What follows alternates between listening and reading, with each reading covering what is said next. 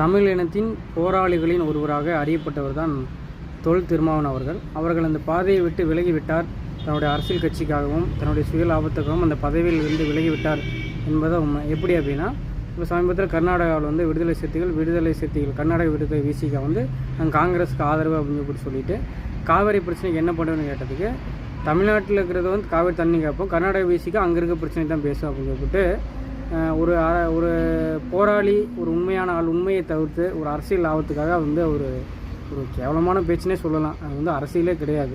உண்மை என்ன, காவேரியில் பெரும் பங்கு பெரும் உரிமை அப்படின்னா தமிழ்நாட்டுக்கு தான். ஏன்னா காவேரியில் கர்நாடகாவோட அதிகமான படருக்கு, அதிகமான வாய்க்கு, அதிகமான விவசாய நிலப்பரப்பு, அதிகமான இது கொண்டது தமிழ்நாட்டுக்கு தான்.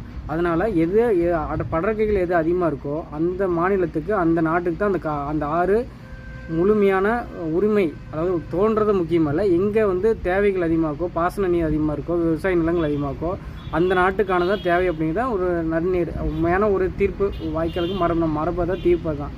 ஆனால் அதை எதிர்த்து தேசிய கட்சி தன்னுடைய கட்சியை காப்பாற்றணும், ஆட்சியை பிடிக்கணும், பணம் சம்பாதிக்காங்க, இது எல்லாத்தையும் மறைச்சு அங்கே ஓட்டு விடாது அப்படிங்காக அந்த இப்படியே மெயின் பண்ணிவிட்டு என்ன அங்கே இருக்கிற பிரச்சனை அதுன்னு சொல்லிட்டு போய் அதுவே திரும்பவும் விடுதலை சிறுத்தைகள் தலைவர் திருமாவர்களும் கையில் எடுத்தனால அந்த கட்சி தமிழ் இனத்திலிருந்து, தமிழின மக்களின் போராளி என்ற நிலையிலிருந்து உண்மையாக மறக்கப்படுவார், பாதை மாறிவிட்டார் என்பதுதான் உண்மையான நிதர்சனம். அவர் தமிழ் போராளி என்ற ஒரு நிலை மாறிவிட்டது.